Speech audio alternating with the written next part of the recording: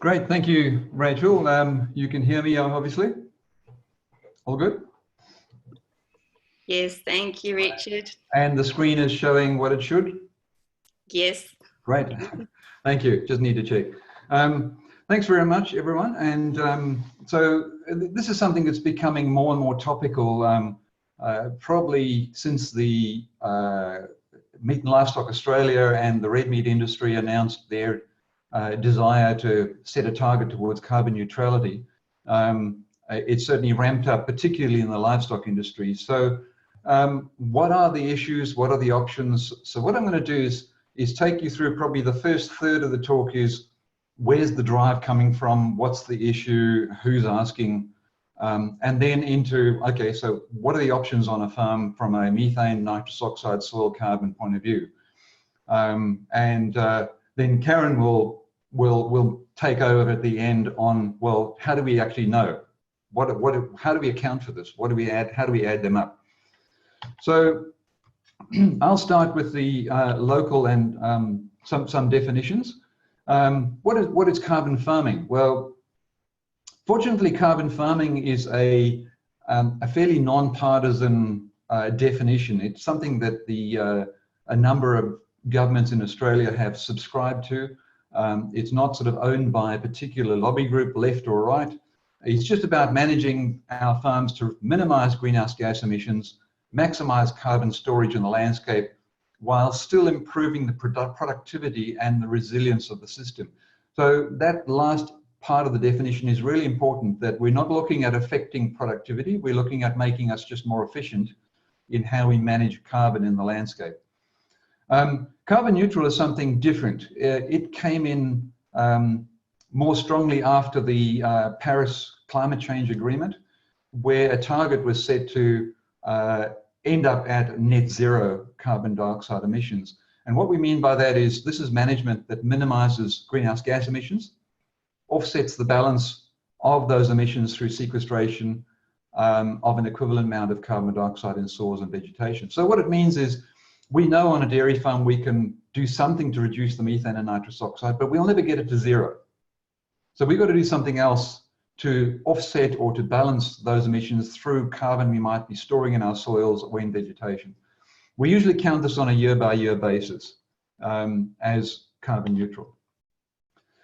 So to explain some of the policy and industry drivers, the Paris Climate Change Agreement set a target to put the world on a trajectory towards carbon neutrality by 2050. In other words, net zero emissions by 2050, with any remaining greenhouse gas emissions being offset by carbon storage.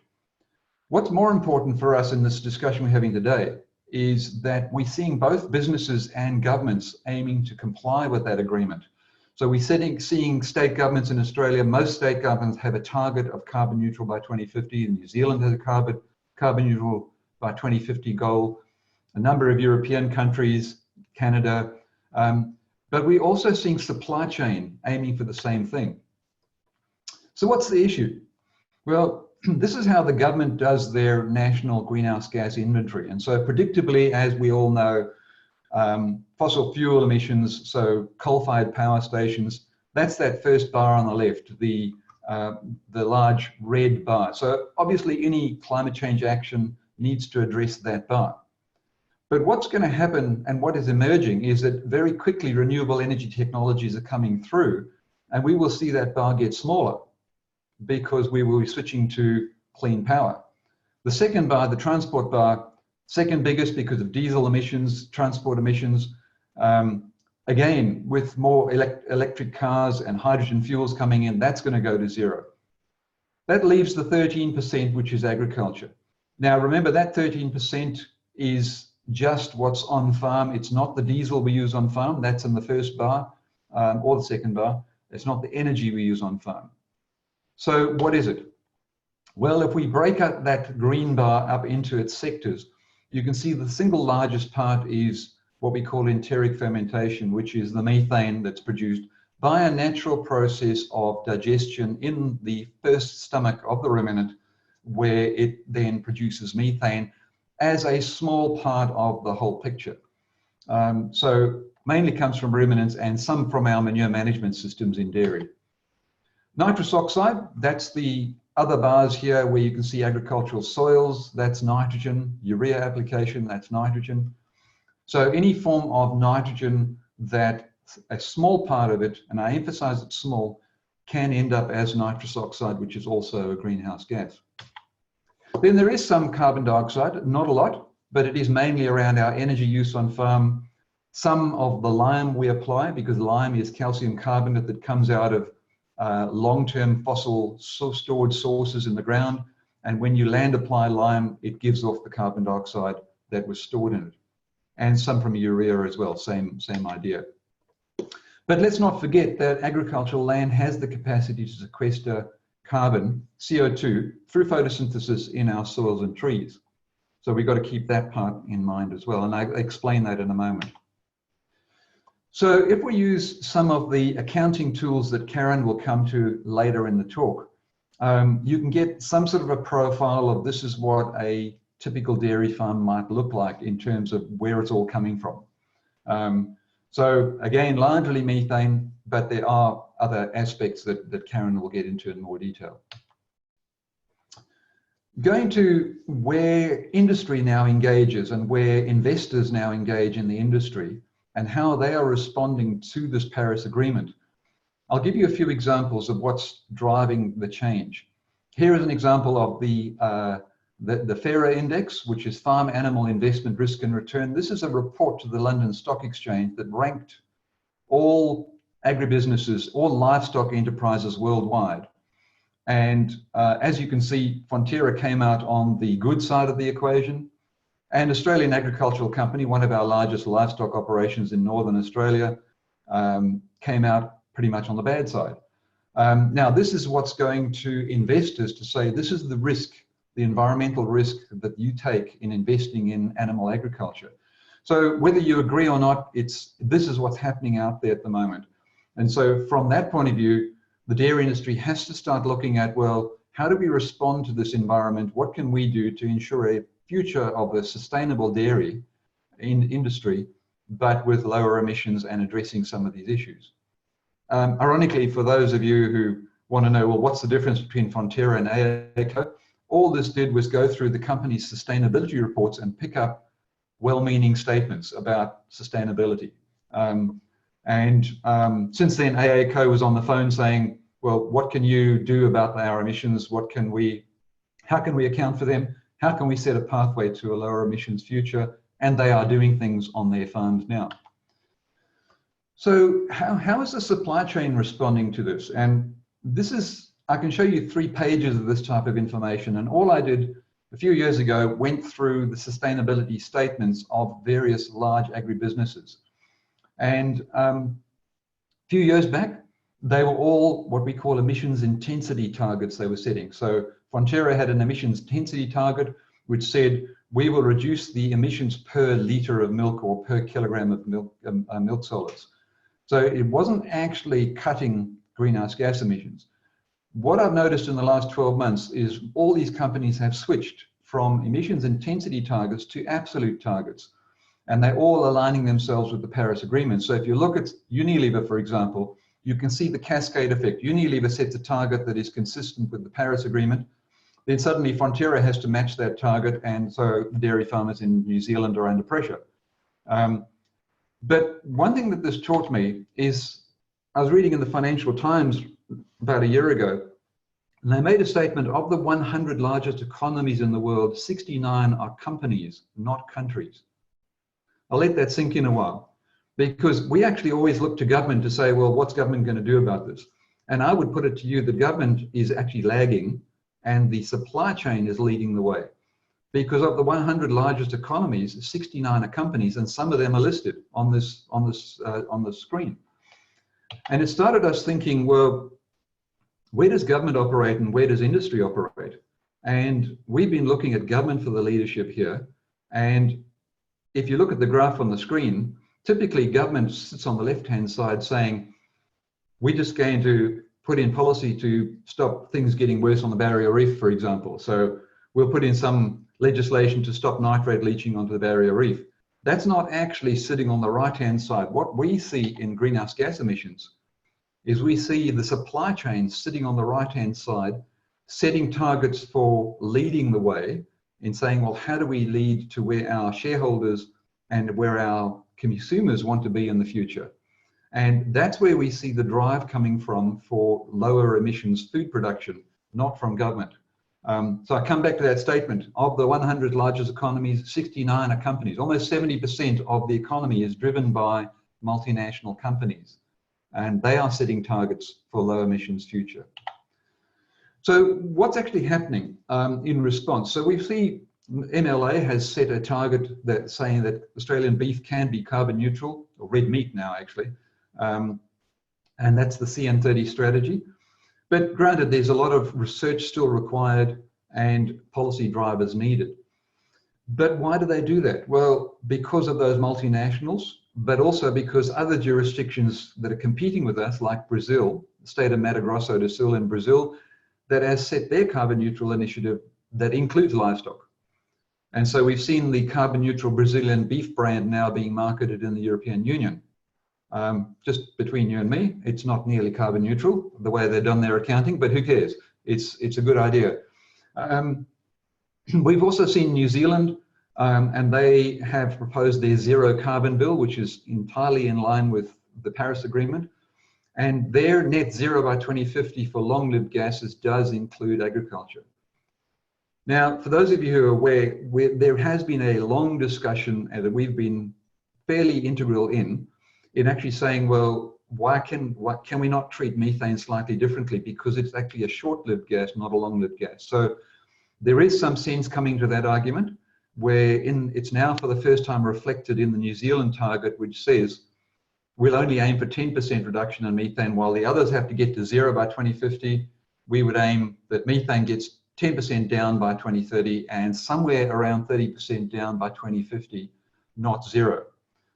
Quite different because methane only lasts for about 12 years in the atmosphere. Quite important. What else is happening? I found this quite striking, and this certainly had quite an impact on our engagement with dairy in particular. One of the largest dairy processors in the world, Danone, spent $12.5 billion buying the Silk brands, which you can see in the bottom right-hand corner. Fastest growing US company in food and beverage company, big growth in Danone, and they were seeing a decline in their sales of milk, but an increase in the sales of organic milk and alternative milks. And what was most surprising was to see two quotes off Danone's website, where it actually says we're offering more sustainable options to our customers, which is quite interesting from a dairy company saying that alternative milks in their perception is more sustainable than milk. Depends on the metric you use, I guess. But I think this is something we really need to take note of. And then we've seen quite a rapid rising interest from a number of red meat companies. So there's 3 listed here. That was just a very quick web search, picking up at least 3 companies that are claiming carbon neutrality. They're not actually doing anything on the farm, any of them. What they're mainly doing is just buying international carbon offsets to offset their emissions and claim carbon neutrality. But that's what they see as the market advantage. We've also seen a dramatic increase in the number of requests that our research team has been receiving from large corporates like AACO through to smaller family farms, all saying, how do we do this? How do we conduct an audit? And what is the pathway to lower emissions? And then we were approached by one of the major supermarkets who has said, well, if we can buy our meat carbon neutral, why can't we offer carbon neutral groceries in Australia? And so one of the major chains is planning within a short while to release $70 a week where you can buy an offset on your weekly groceries and claim carbon neutrality. So it's all happening. And I could go through a number of other industries like the wine industry, where there's quite a lot happening in the carbon neutral space, and other allied food products that are aiming for carbon neutrality. 2 more definitions so that you know what we're talking about. A carbon account. This is actually what we're meaning when we say carbon neutral. What is a carbon account? It's all the emissions arising from within the operational and organizational boundary of the farm. So they talk about scope 1. That's direct methane, direct nitrous oxide, and direct storage of carbon in soils and trees. Scope 2 is your electricity, because the emission is somewhere else at the power station, but you're buying it in and you're consuming it on farm. It doesn't include once the product leaves your farm gate and goes down the supply chain, because you as a farmer can't control that. So to be fair, it just includes that. Then you'll hear talk about a carbon footprint. And that just says, let's express that carbon account per unit of product we produce. So the top one is what's the total? The one below is what are the greenhouse gas emissions per unit of milk produced in either liters or kilograms of milk solids. So hopefully that's clear. So before we get into what are the options, I thought I'd run us through, well, why carbon farming? What's important about it? We use common efficiency metrics like nitrogen use efficiency. A lot of you have heard me talk about nitrogen fertilizer and nitrogen use efficiency, and that's one of the ways we measure how efficient we are at using an input resource. We talk of water use efficiency, and we now talk about energy use efficiency. Why not carbon use efficiency? Of those pastures that you've got out there, of all the living material you see around you, about 43 to 48%, almost half of all organic growing green vegetation around you is carbon. We talk of nitrogen use efficiency when nitrogen is only 3.2% of your pasture. 45% of what you're looking at is carbon. So why don't we talk of carbon use efficiency? How efficient are we at growing good quality pasture that captures the carbon out of the atmosphere into those plants, turns it into carbohydrates and protein?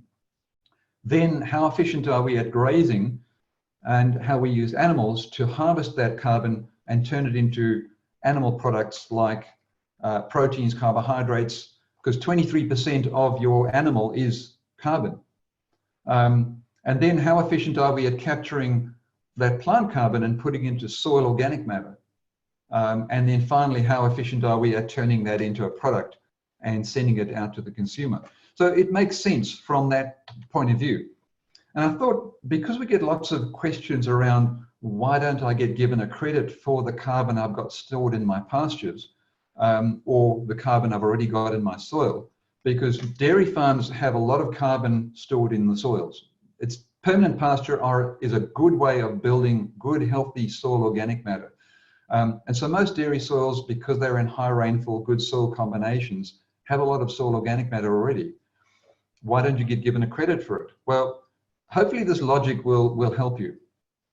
We have carbon dioxide in the atmosphere. A large portion of the atmosphere is carbon dioxide, and our plants capture that in the form of photosynthesis into plant structural products like carbohydrates. So you'll see the red there that I've got, where I've got different forms of carbon, because you've got to remember carbon is not carbon. It's CO2 in the atmosphere.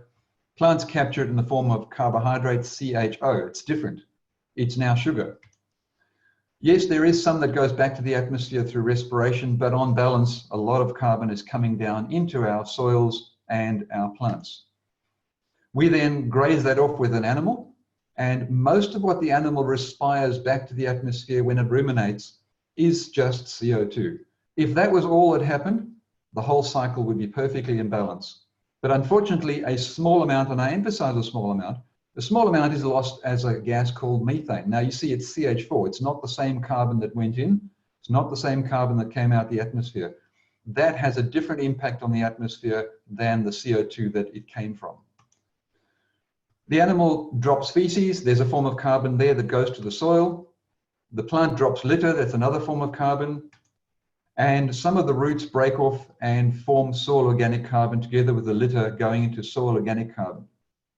Yes, some of that can leach as a form of carbon, but the majority of that root material and the litter breaks down into what we call soil organic matter, soil carbon. And you have fast turnover carbon. That's the stuff that turns over rapidly within days and gives back its nutrients back to your farm, days through to years. And you have a very large pool of slower carbon, which is the humus, the very fine fractions. That's what we want to try and build up as our long-term reservoir of carbon in the soil. But there's a function of that carbon.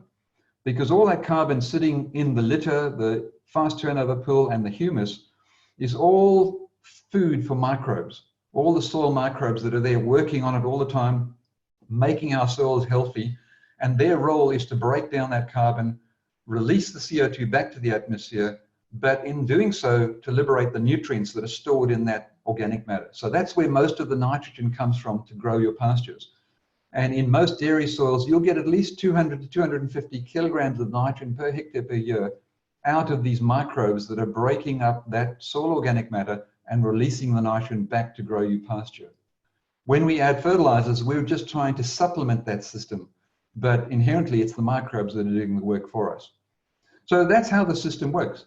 Obviously, what we want in carbon farming is to capture as much of the CO2 out of the atmosphere into the plant, into the animal, and send it out in meat, wool, and milk.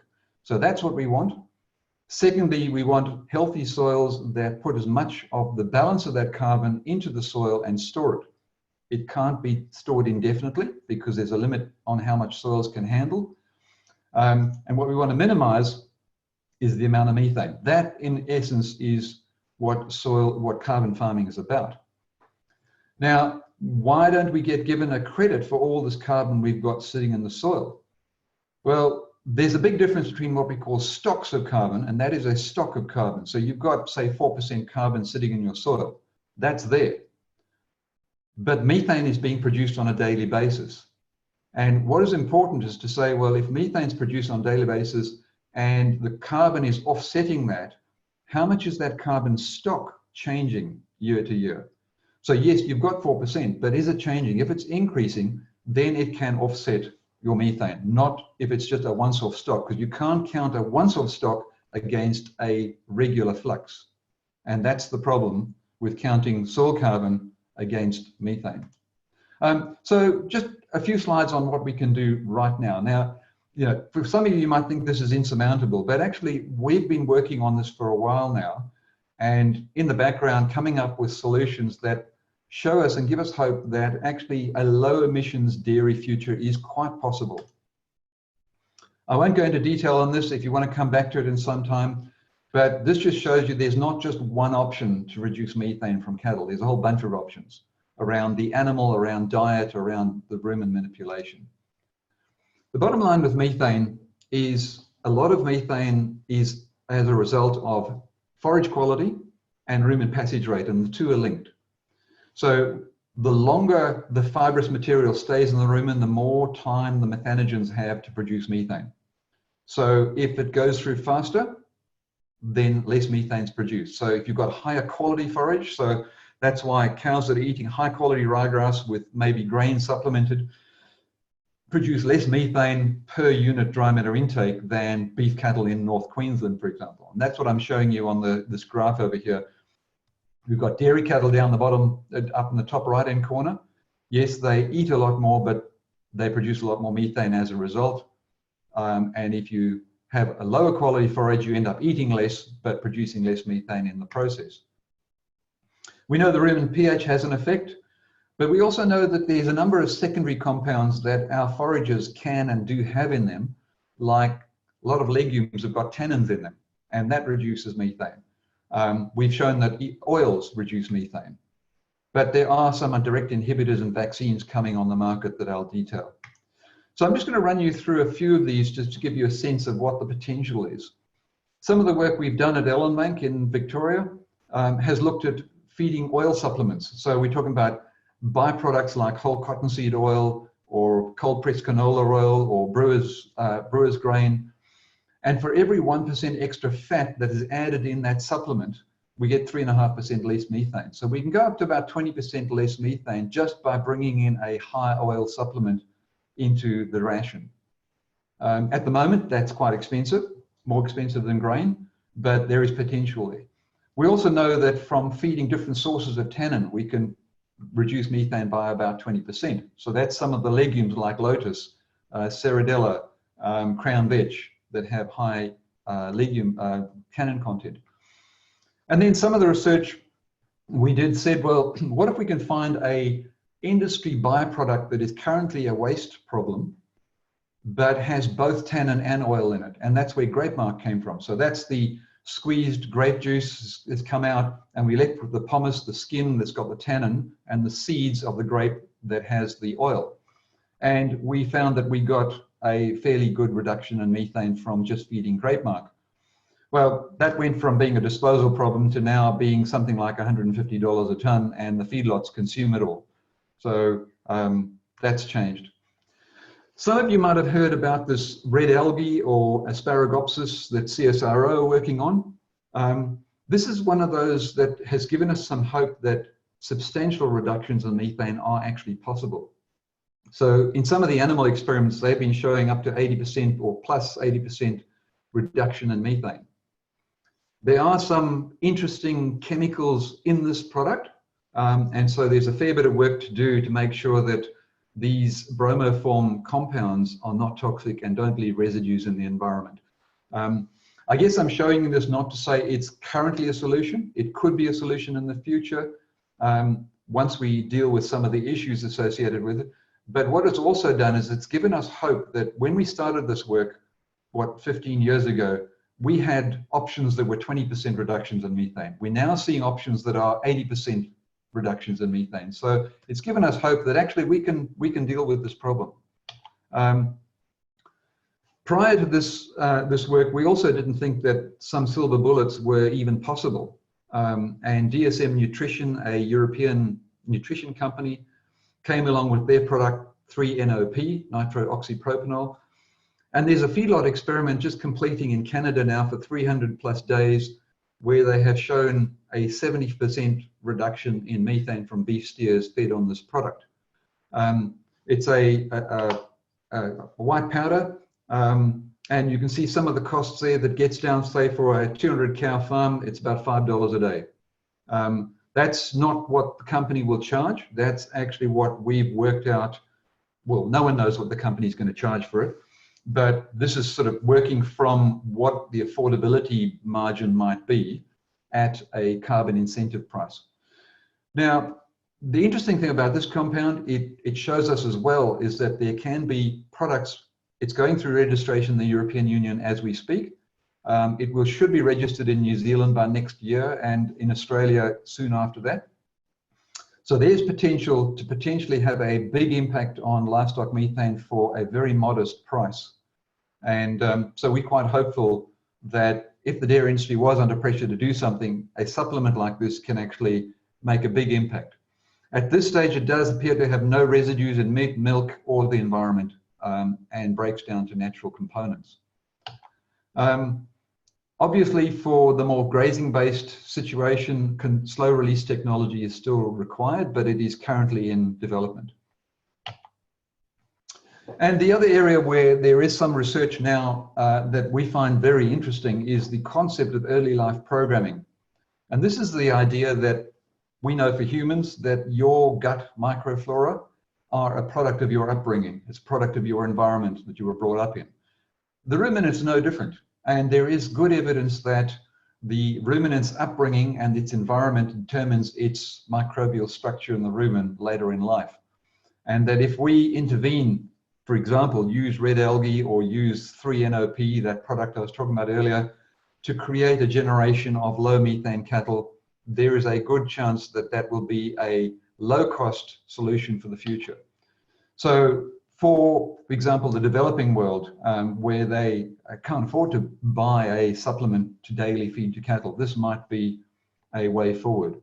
Just presenting that as a possible option to say there are some lower cost options that could come through soon as well. And a number of you might have heard about the methane vaccine program. Started in Australia, it's now being taken up by Ag Research in New Zealand. It works by stimulating the saliva antibodies. So the animal actually then swallows the saliva with the antibodies and it reduces methane in the animal.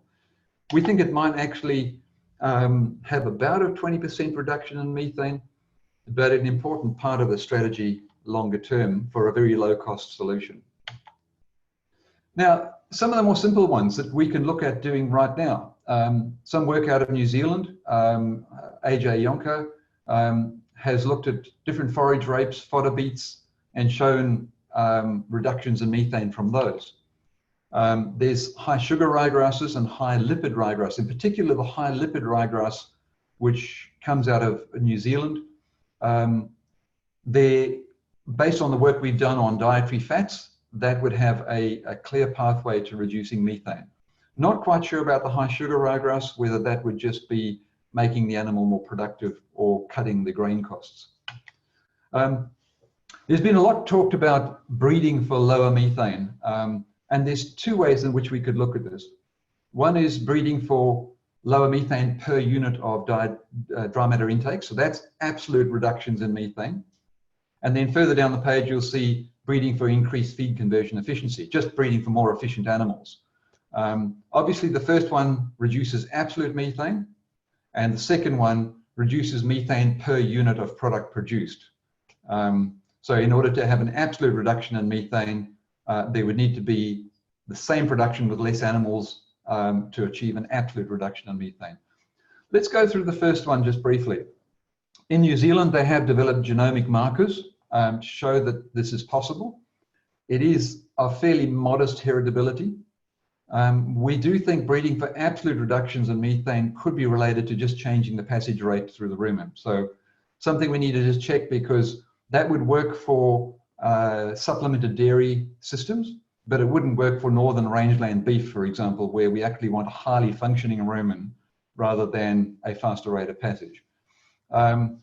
The gains, the longer term goal looks like around up to about a 10% reduction in methane. The gains are fairly slow to get there, as you can quite imagine. So of those two options, we think possibly breeding for increased feed conversion efficiency is probably the better target to aim for, because it is more consistent with other productivity traits we'd be selecting for. Then there's some obvious things to do around just reducing unproductive animals, changing the health management, making sure we have less sick animals on the farm, and that the amount of methane we're producing is all related to producing the product we're aiming to produce. You'd be surprised how much gains there is on an average dairy farm. That would be around 10% reduction in methane per unit of milk, is just around improving production efficiency. And then there's extended lactation, which has become popular in the industry. And it's probably only working to reduce methane because we've effectively changed the replacement rate by bringing the animals into lactation less often. Whether that's desirable or not, that's a different story. I'm going to go on to nitrous oxide and then soil carbon and then wrap it up. Richard, just before you leave methane, we've got a question there whether methane cycles to a different compound once it's in the atmosphere. And just going back to what you said about the lifetime of methane and its global warming potential, could you just flesh that out a bit? Because I think that what happens to methane once it's in the atmosphere, does it change? How long does it stay there is really important. Yeah, good question. So methane in the atmosphere, originally the way the Intergovernmental Panel on Climate Change had it, all greenhouse gases were measured on a 100-year timescale. So that works for CO2 and for nitrous oxide because they last about 140 years in the atmosphere. But it wasn't a fair reflection of what's actually happening with methane. So on the day that methane is released into the atmosphere, it's warming the atmosphere at 86 times that of carbon dioxide. But its global warming potential over 100 years was set at, well, originally 25 times that of CO2. So it wasn't particularly a fair reflection because it has a very high impact for the time that it's in the atmosphere, but it's gone within 10 to 12 years. What happens to it is it breaks down to water vapor and CO2. And so that's the end product of methane in the atmosphere within a 12-year period. But the problem is, if you look at it from a policy point of view, if we're trying to reduce the 100-year outcome, the CO2 and nitrous oxide we release today are still around in 100 years' time.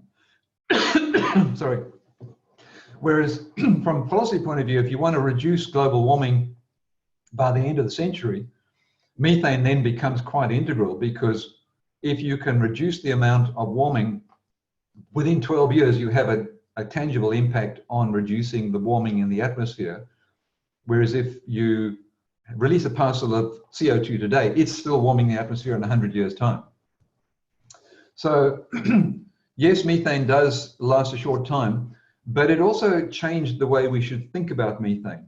And so instead of, because it changes the way you implement a strategy for reducing the warming. Yes, we've got to address the long-term gases, but yes, methane is also a priority in the short term.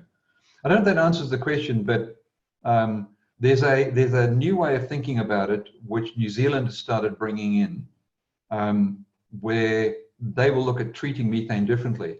And what it means is that because methane's gone over a 12-year period, you don't have to get it to zero to actually have an absolute reduction in its warming of the atmosphere. So they've worked out that by 2050, all you've got to do is you've got to stabilize the herd numbers, and you've got to get it down by about 30%. And then because it's all gone over a short, by 2050, the methane today is all gone out of the atmosphere. That means that you've basically flatlined the warming of methane's influence on global warming. Whereas the long-lived gases are still there, and it comes back to what's called a stocks versus flows argument. So you can imagine a parcel of CO2 goes in the atmosphere today, and the one that goes in tomorrow builds on that one, and the one the next day builds on that one, and they all are accumulating through to 100 years. For methane, the parcel goes in the atmosphere today, tomorrow's adds on top, but by year 12, this one's gone, the first one's gone. And so over a 12-year period, you actually flatline the actual warming of methane. It's not accumulating in the atmosphere. So it's not actually a stock that keeps building for 100 years. It's after 12 years, it becomes a flow. And so what you've got to do is a different strategy to control that flow is have a small reduction in methane, like 30%, and stabilize the herd numbers, and effectively its warming is neutralized. I don't know if that makes sense, but that's what we're actually trying to aim for, which is good news for the livestock industries. Excellent. And we just have another methane question. Someone asking, do probiotics have any impact on methane production? Yeah, so originally your lactobacilluses and those type of products, there's a number of products that do claim that. The biggest effect they have is just through improving rumen efficiency. Because it's a probiotic, it's actually, it's adjusting some of the microbes in the rumen to be more efficient. You get more efficient digestion of the forage they're eating. And so methane per unit of product produced comes down, but absolute methane is not necessarily affected. So yes, if you want to make your animals more effective, probiotics will actually improve that. There is some early evidence out of the European Union. There's a cross-EU program looking at probiotics at the moment. And there are some of those products that do seem to have an absolute reduction in methane as well, but that's still under research, and it's probably in the region of about 5 to 10% reduction in methane. We've got quite a few methane questions coming through, but I'm just conscious of the time, Rich. So some of these are the ones we might be able to address at the end. We'll let you move on with the next part of your presentation. Let's talk about nitrous oxide, a little bit shorter than the methane section. So obviously with nitrous oxide, any form of nitrogen we have in our soils a small portion can become this greenhouse gas nitrous oxide. So there are interventions that go from the animal side through to the soils, and I'll leave that for your reference later if you want to come back to it. But the bottom line is, if we're talking about nitrogen fertilizers, we know that it's become quite important in the dairy industry to underpin pasture growth. And about 3.5% of total dairy farm emissions come from nitrogen fertilizer. So not a big source, but it is important. The bottom line is we just need to improve our nitrogen use efficiency by adopting the best management practices that are in the FertSmart guidelines. And some of our recent modeling and some of Karen Christie's modeling has actually shown those graphs below, which is, don't worry too much about the detail, but the bottom line is the left-hand graph shows you that as you add more nitrogen fertilizer, you grow more grass, but you come to a point where you can't just infinitely add more nitrogen. The law of diminishing returns kicks in. Well, what's actually happening there is as you pass that point where the pasture gets the nitrogen it needs, increasingly nitrogen is lost to the environment, and one of those is nitrous oxide. So what the best practices try to do, and what Karen was working on, was saying, well, let's pull back the rate of nitrogen we use to make sure it's aimed at, the rate we recommend is aimed at 80% or 90% of maximum yield, because it's not very efficient to be up at the top right-hand side here. And that means that we keep the nitrous oxide from fertilizer fairly low. The big issue with dairy is the very large amounts of nitrogen that our cows excrete. And so the biggest way we have of addressing that currently is just getting the energy to protein ratio right in the diet. So in the early years when we started working on this, there wasn't as much supplementation taking place in dairy. So we had a high amount of protein in the pasture and probably not enough energy in the grass to balance and allow the cow to metabolize that extra nitrogen. And so just getting the energy to protein ratio right, this is again a study Karen did, showed you can almost achieve a 60% less nitrous oxide just by getting grain feeding right and balanced with the nitrogen that we're feeding in our pastures. So fairly simple. And some of the options therefore include using grain, using brassicas, plantain, fodder beets, high sugar grasses. Those are the options we'll be looking at. And that wouldn't just be a strategy you'd look at for greenhouse gases. That's just a general efficiency strategy. Yes, there are products on the market called nitrification inhibitors, and they can come in both a coated fertilizer as well as a spray. So in the case of this DCD product, it was a spray in New Zealand for a while, and the spray was designed to keep all the urine patches in the soil in the ammonium form, so they'd be more useful rather than lose them as either leaching or a greenhouse gas. You can also get it as a coated urea. It is temporarily banned, but I've still got it here because that's only a technicality that it's temporarily banned.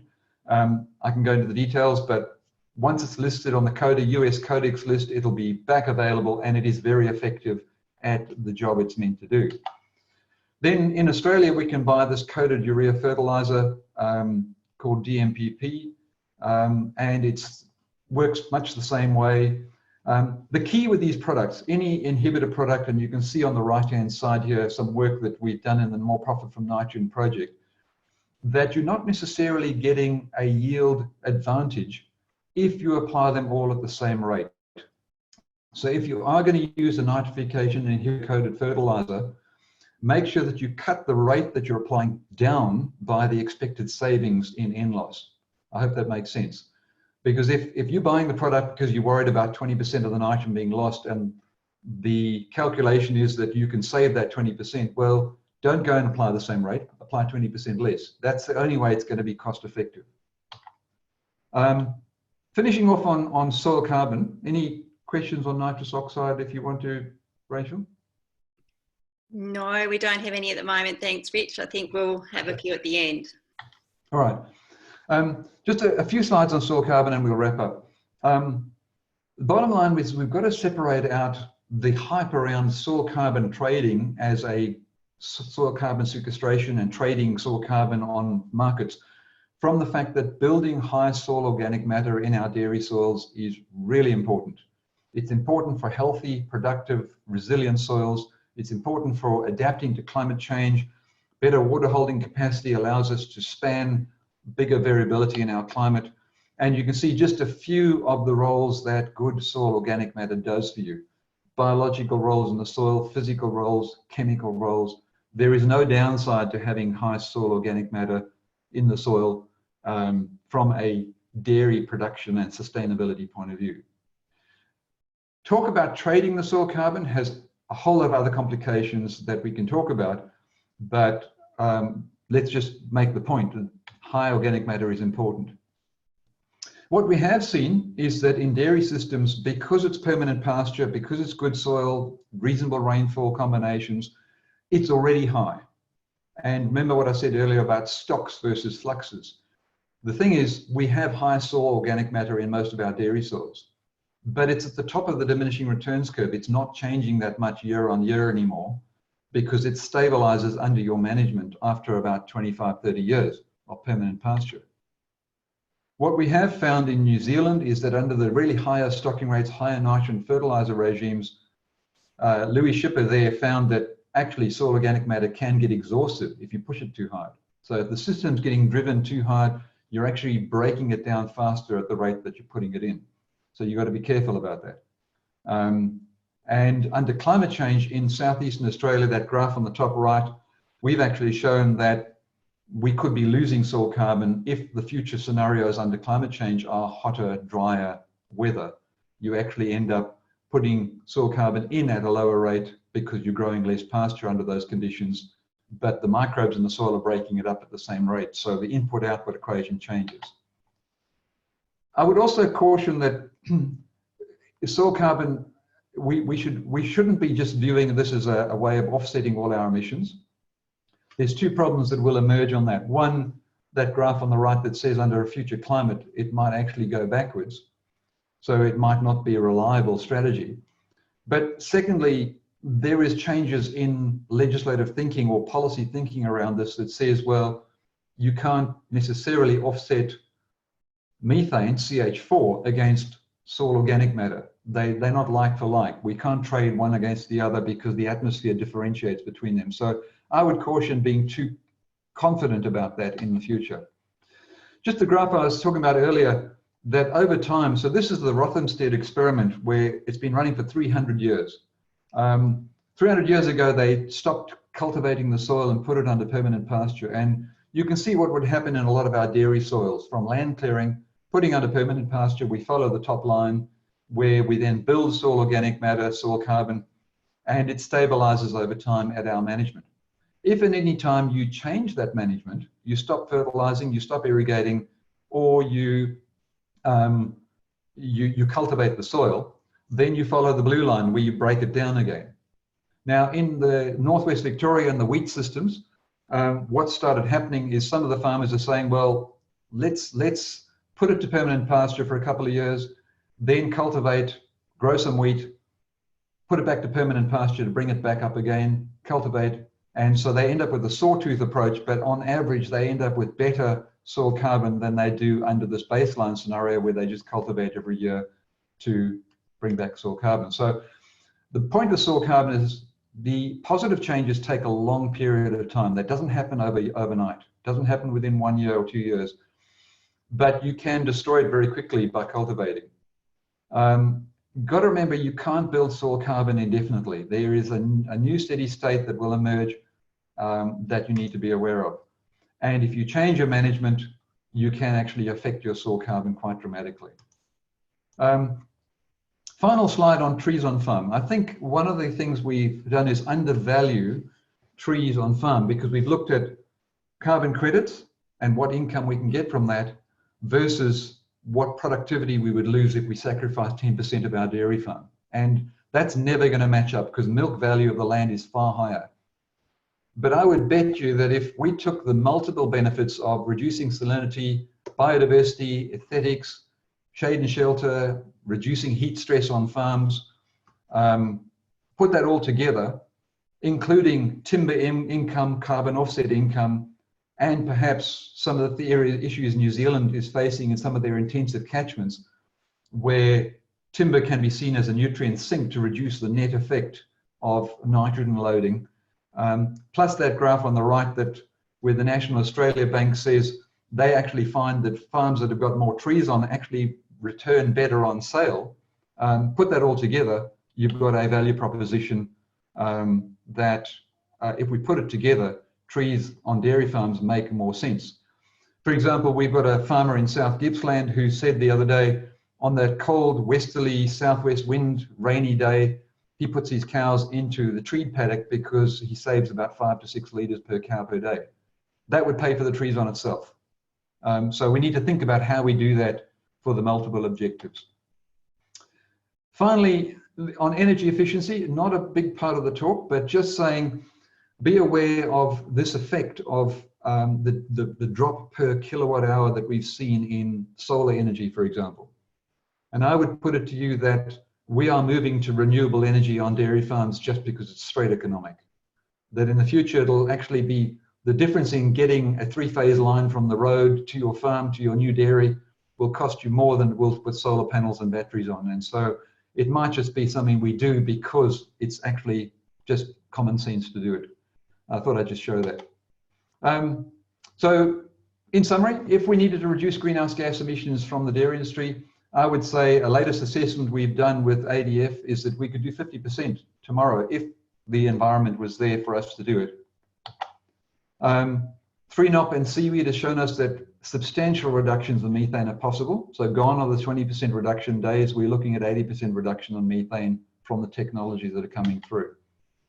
I would say that it is a very real threat to the dairy industry. Alternatives are making inroads. By 2050, it's pretty clear that our supply chain will only buy low emissions products, whether it's MILK or MYLK is the new acronym for the alternatives. I think we need to be aware of that, and that it becomes an imperative for the industry.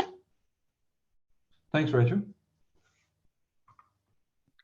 Thanks, Rich. We've actually got quite a few questions coming in, but I'm very conscious of the time. So I thought if we could pass to Karen now, and then if people have got time to stay just on for a little bit, an extra 10 minutes maybe, then we'll be able to have some of these questions answered as well. So if we hear from Karen now, that would be great.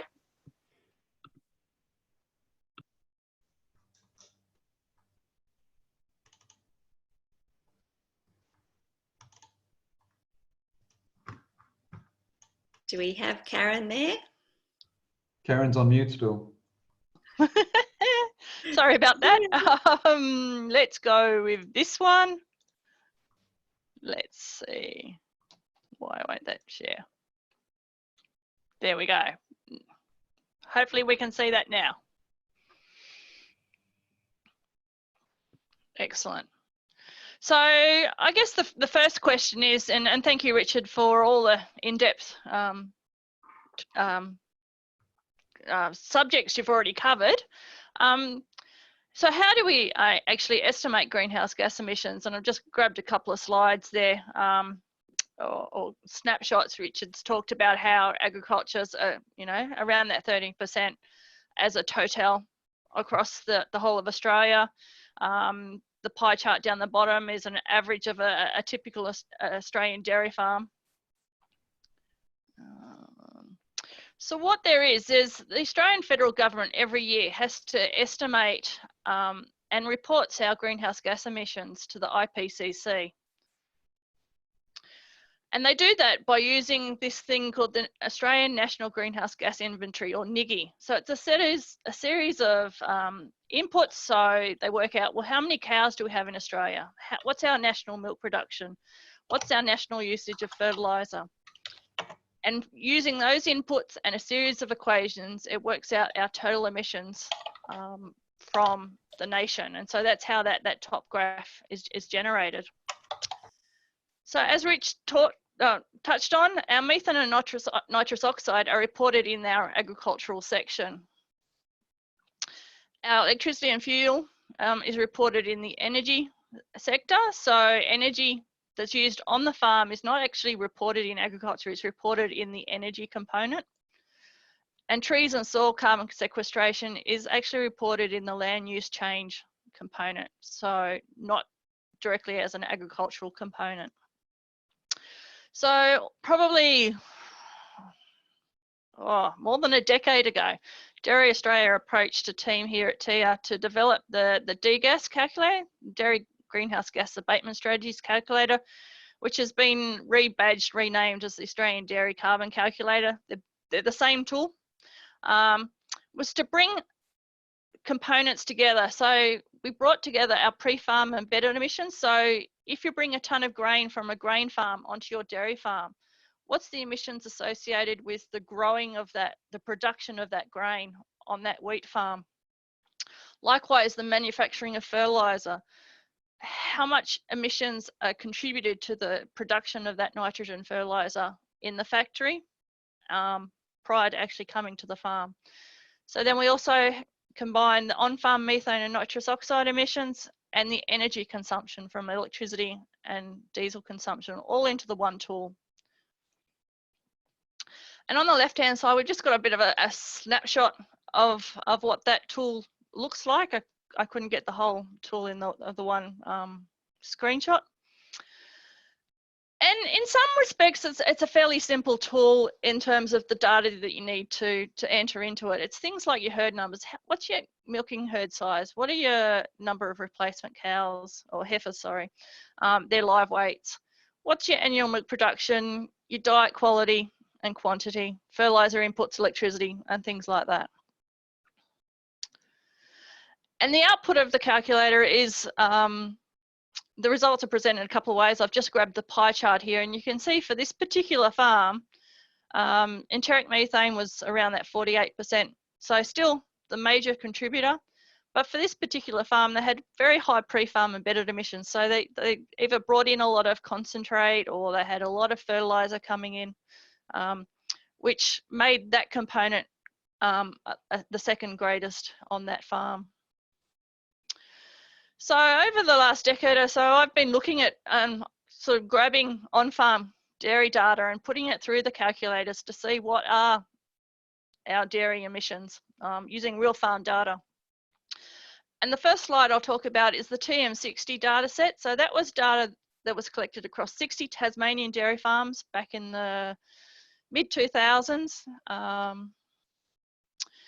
And what you can see in this first graph is milk production across the x-axis and greenhouse gas emissions on the y-axis. And there's a pretty clear line. As you increase your milk production, your emissions are going to also go up. It's a pretty tangible comparison there. But what you can see, there's some dots above and below that line. So when we talk about emissions intensity, we're dividing our total product, our total milk production, and just to clarify, I'm talking about fat and protein corrected milk. So we're not talking about milk solids here. I'm talking about a calculation that compares our litres and our fat and protein percentage, and it brings it back down to an even, so we can compare Frisian milk to Jersey milk. It's thereabouts around about a litre. So a litre of milk is about a kilogram of fat and protein corrected milk. So when you divide your milk production by your emissions, you get your emissions intensity. And here we have on the second graph, as our milk production increases, there is a general trend to decreasing in emissions intensity.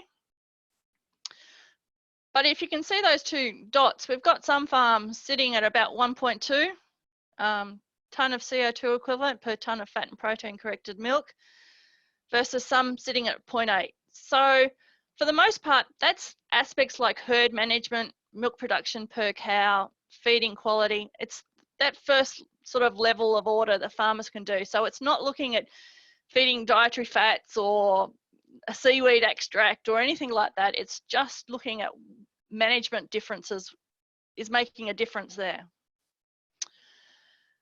But across those 60 farms, we see at about that ratio of 1 kilo of CO2 equivalent per kilo of fat and protein corrected milk. It's worked out quite nice and neat in that respect. It's about a 1-to-1 ratio. And that's very comparative to other developed nations like New Zealand, Ireland, that are pasture-based systems. So we're very comparative in that respect. Another data set I've looked at is the Accounting for Nutrients data set, and that was 41 dairy farms throughout Australia, 4 of which were located in Tasmania. And I looked at that twice. You can see down the bottom there's 2 references. We've had a change in NIGI methodology over that time frame, so I wanted to see how does that change in rules as to how you calculate emissions, had that made a difference in emissions.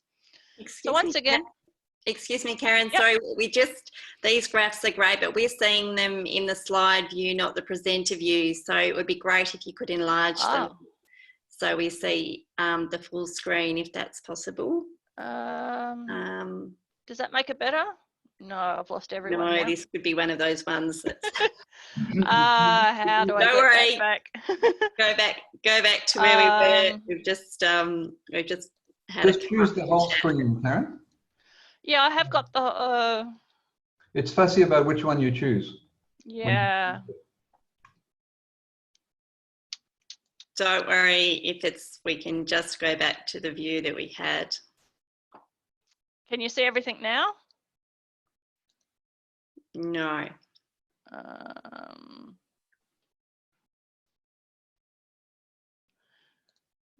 Just go back to where you were. That one? What about now? It's quite slow coming through to squeaking point, Okay. but maybe it's coming through to others quicker. I'm still seeing you. You're still seeing me. Maybe that's one of those ones we don't fiddle. Okay. Then we'll just go back to the presentation. Yeah. Okay. So yeah, what we had again is as milk production increased, we're still getting that increase in greenhouse gas emissions. And again, that same kind of trend. But once again, we're still seeing farms, some sitting at the higher end of that emissions intensity. For the same level of milk production, some other farms are around that 0.8 kilo of CO2 per kilo of emissions. So, Rich, you might be able to share Karen's. Oh, here we do have the presentation coming back now, Karen, so we can see your presentation. So we're just can you down see that there. now? Yep, we can see it now. So if we just have that, I think Liz can put that in the presenter view. And we're just there onto your 4th slide, Karen.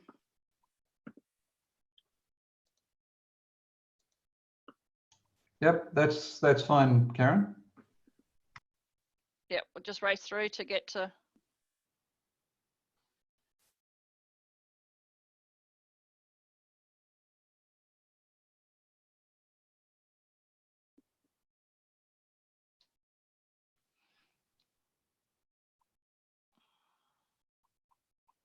Just tell me when to stop, Karen. Yep, no, okay, next slide. This is going to be interesting. So as new science emerges, we're seeing an update in our rules, our NIGI methodology as to how to update the series of equations within the calculators. Next point. So we do have a range of tools to estimate greenhouse gas emissions. They're all based on this NIGI methodology. The DGAS dairy carbon calculator are available on the Dairying for Tomorrow website. But a lot of farmers are also involved in the Dairy Farm Monitor project or putting their data into Dairybase. It uses that same, it has a carbon calculator in there that uses that same NIGI methodology. So they're options for farmers to use. Next point. To estimate tree and carbon sequestration, we do have a relatively simple tool or component within the DGAS to look at tree carbon sequestration, but it's a very simple tool. The better method to use is to use the FullCam calculator, which is a CSIRO developed tool. Next. So from those previous slides, there appears to be a lower limit of around that 0.8 of kilo of CO2 equivalent per kilo of fat and protein corrected milk. So those farmers that are doing a lot of great things are getting around about that sort of the lower sort of limit of 0.8. So keeping in mind that's prior to using all those sort of new aspects of science that Richard's talked about, like 3-NOP, using nitrification inhibitors, seaweed extract. So we need new science like that to help us reduce this further, to come towards carbon neutrality. And we need to use carbon sequestration to offset that balance or that deficit, or that difference. Next slide, I think now. So in summing up, to get carbon neutrality, it's like an income and loss statement. So we've got an emissions on our left, our greenhouse gas emissions. We can calculate that using the degas carbon calculator. It's consistent with the national inventory. That's our losses or our emissions that are going into the atmosphere. And to counterbalance that, we need to get our carbon stocks and our fluxes, more importantly, as Richard talked about, it's our fluxes, our changes from year to year, to offset those greenhouse gas emissions. And we can do that using the full CAM calculator. And I might just leave it at that in the interest of time and see if there are any questions then from either of us.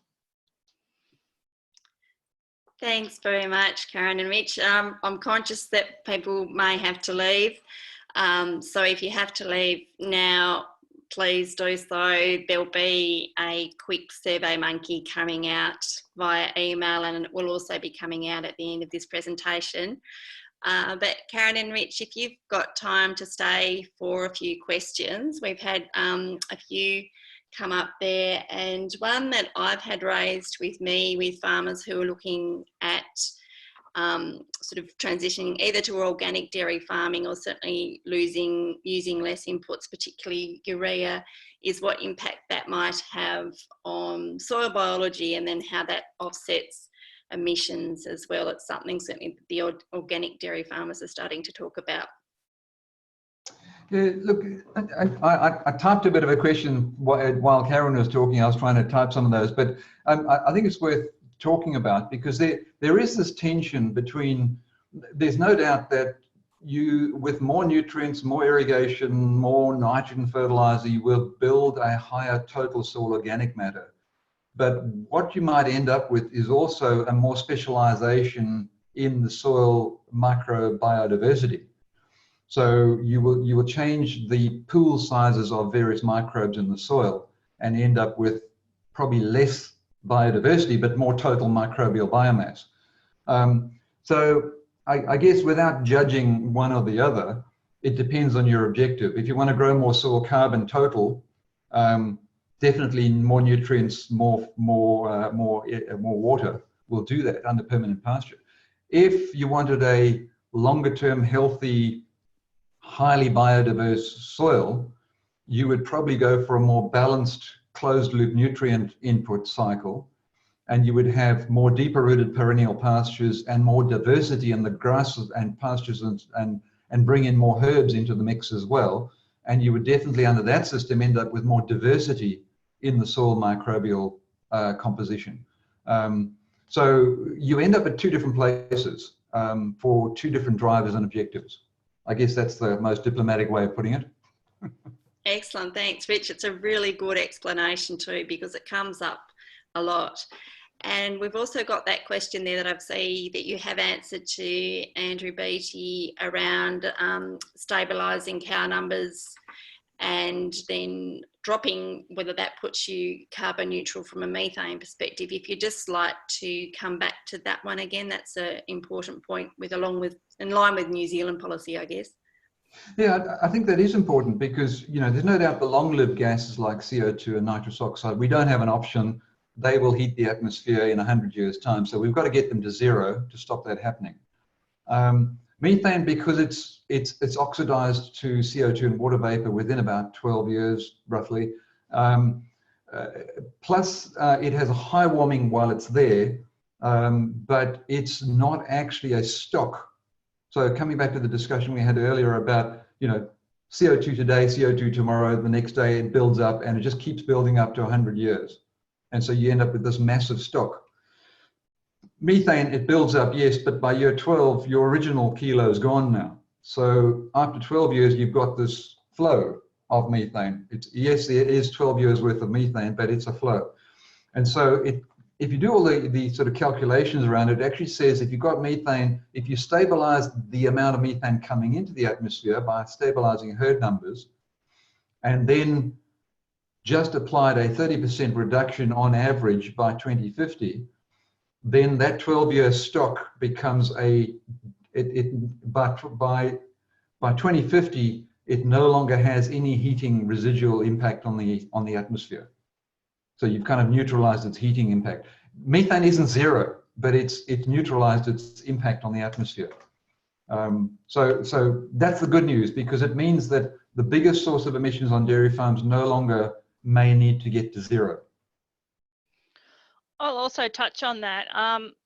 Some of the most efficient in terms of reduced emissions intensity farms when I've been modelling are those that are getting up to around that that ratio of kilo of milk solids per kilo of live weight. You know, it's a bit of a metrics out there. So if you've got a 450 kilo cow out there, and she's producing 450 kilos of milk solids over a lactation, she's quite efficient.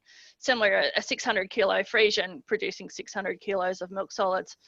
So if you could get your milk production per cow up, and so produce the same amount of milk production, but from a smaller number of cows on the farm. So you go from producing 450 kilos of milk solids to 500 kilos of milk solids with the same the same cow, but now you're milking 40 less cows to get your total farm production.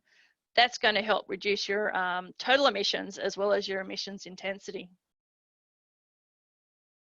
And Karen, did you just want to comment and explain a bit more in depth your mantra of in-calf, on time, every time?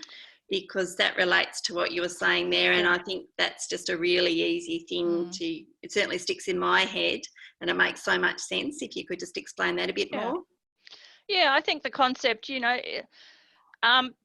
your biggest source of emissions on farm is your enteric methane, and your dairy cow, as opposed to your replacement heifers, are your biggest source. So if you can get the maximum amount of lifetime out of your cow, so we know cows, there is there is an upper limit. You want to get that herd turnover and things like that. But if you're replacing a milking cow every second or third year and having to bring a replacement calf in or heifer in to replace her every second or third year, that's a less efficient system in terms of reducing emissions than milking a cow for 5 or 6 or 7+ lactations.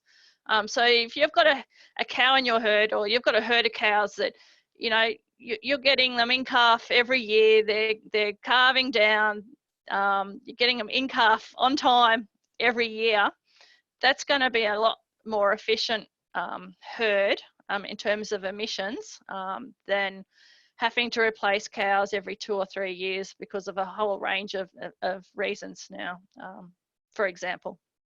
And it certainly makes sense in terms of farmers' time load, having that tight calving period, managing calving makes sense as well too.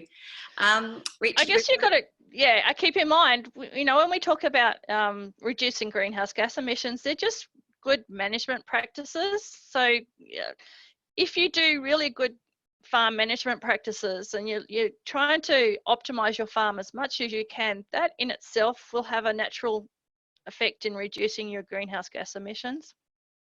Really, really important point. Thanks, Karen. Richard, we've just got a question here for you from an agronomist regarding soil organic carbon levels. How much of an impact does soil texture make on the potential for total carbon sequestration and the timelines for reaching that equilibrium that you were talking about? Yeah, thanks, Jason. The soil texture makes quite a big difference. It probably makes more of a difference in how much total carbon you can target. So on a real sandy coastal soil with no clay in it, it's all about clay content. With very limited clay on a sandy soil, having 1.5 to 2% soil carbon might actually be the highest you could possibly get to, because those soils just can't hold carbon. If you've got a really good clay soil that's got 30 to 60% clay in it, targeting 5 to 7% soil carbon could be quite feasible. It'll obviously then, the timeline to that would depend on what you can grow and how much carbon input you can give it. So if you can get a highly productive perennial pasture, the reason why I harp on about perennial versus annual is a perennial pasture is just, if it's in northwest Tasmania, it might be growing 12 months of the year. So that's every day of the year it's actually putting carbon into the system. Whereas if you've got an annual ryegrass that's only growing for 9 months, well, that's only 9 months the soil's getting inputs of carbon. but the rest of the year, the microbes are still breaking down what's there. So actually the input-output balance is what really matters. So hopefully clay soils can hold more, could possibly be more productive in the long term. But they, you know, to try and get 7% carbon on a sandy coastal soil is not going to happen. Excellent, thanks, Rich. There are some others that have been answered in the chat there. That's just talking about the carbon dioxide that comes from the breakdown of methane. I don't know if you wanted to elaborate on that question, Rich. Yeah, was that the one from Tracy? Yes. So there's quite a difference between fossil mining or fugitive emissions out of coal mines, seam gas that might come out, versus agriculture. And this is where biological methane versus fossil methane is quite important. When the methane from a cow breaks down and goes back to CO2 eventually, you can imagine that molecule of CO2 that it breaks down to came out of the atmosphere as CO2, went into the plant as carbohydrate, was eaten by the animal, went out as methane, and 12 years later is back as CO2. That's neutral, that final breakdown product. So once you've accounted for the methane, the 1 times global warming potential of the original carbon is a neutral cycle, because it's CO2 that came from the atmosphere that's now back in the atmosphere within a 12-month period. You could imagine that fossil methane is quite different in that that CO2 that went into the original coal seam that is now formed methane came out of a historic source of carbon that was thousands, millions of years ago. And so when that's released to the atmosphere, that is new CO2 that this atmosphere hasn't seen in 2 million years. Really good question. We've got another one here about biochar, feed char as a feed supplement. Is it still too early to know the benefits in reducing enteric methane? Yeah, tricky question. So biochar, we know it's kind of an activated charcoal. It does absorb surface rumen ammonia, for example. If you were worried about surface ammonia, it would absorb that. We know how that works. What we don't really understand well is what is the mechanism by which biochar might reduce methane. There's some experiments that show for and against, so the evidence is not strong yet. There was one researcher in Australia, a good animal nutritionist out of the University of New England, that explained one mechanism by which it could work. And that is that methanotrophs, those are the microbes that break down methane, they attach to surfaces. And if you've got a biochar molecule or cluster sitting in the rumen, I don't know if you ever looked at it under an electron microscope, but it's got canyons all over it. It's got all these holes and stuff in it. And effectively, it's increased the surface area of the rumen quite substantially. And one of the theories is that actually it's just provided more surface area for methanotrophs to attach themselves and therefore give more surface area to break down methane. That's about the only mechanism we can think of how it would work. We just don't know. And the other thing to remember is biochar is not biochar. That seems all too obvious, but it forms very different products depending if it's rice straw, rice hulls, through to pine, through to dairy effluent that's been turned into biochar. They end up with a different product. Hopefully that answers the question. Excellent, thanks, Rich. I don't see any other questions coming through. I've certainly gone over time, and apologies for that, but it's been great discussion and great questions. It's really exciting that we've got this calibre of participation in these questions.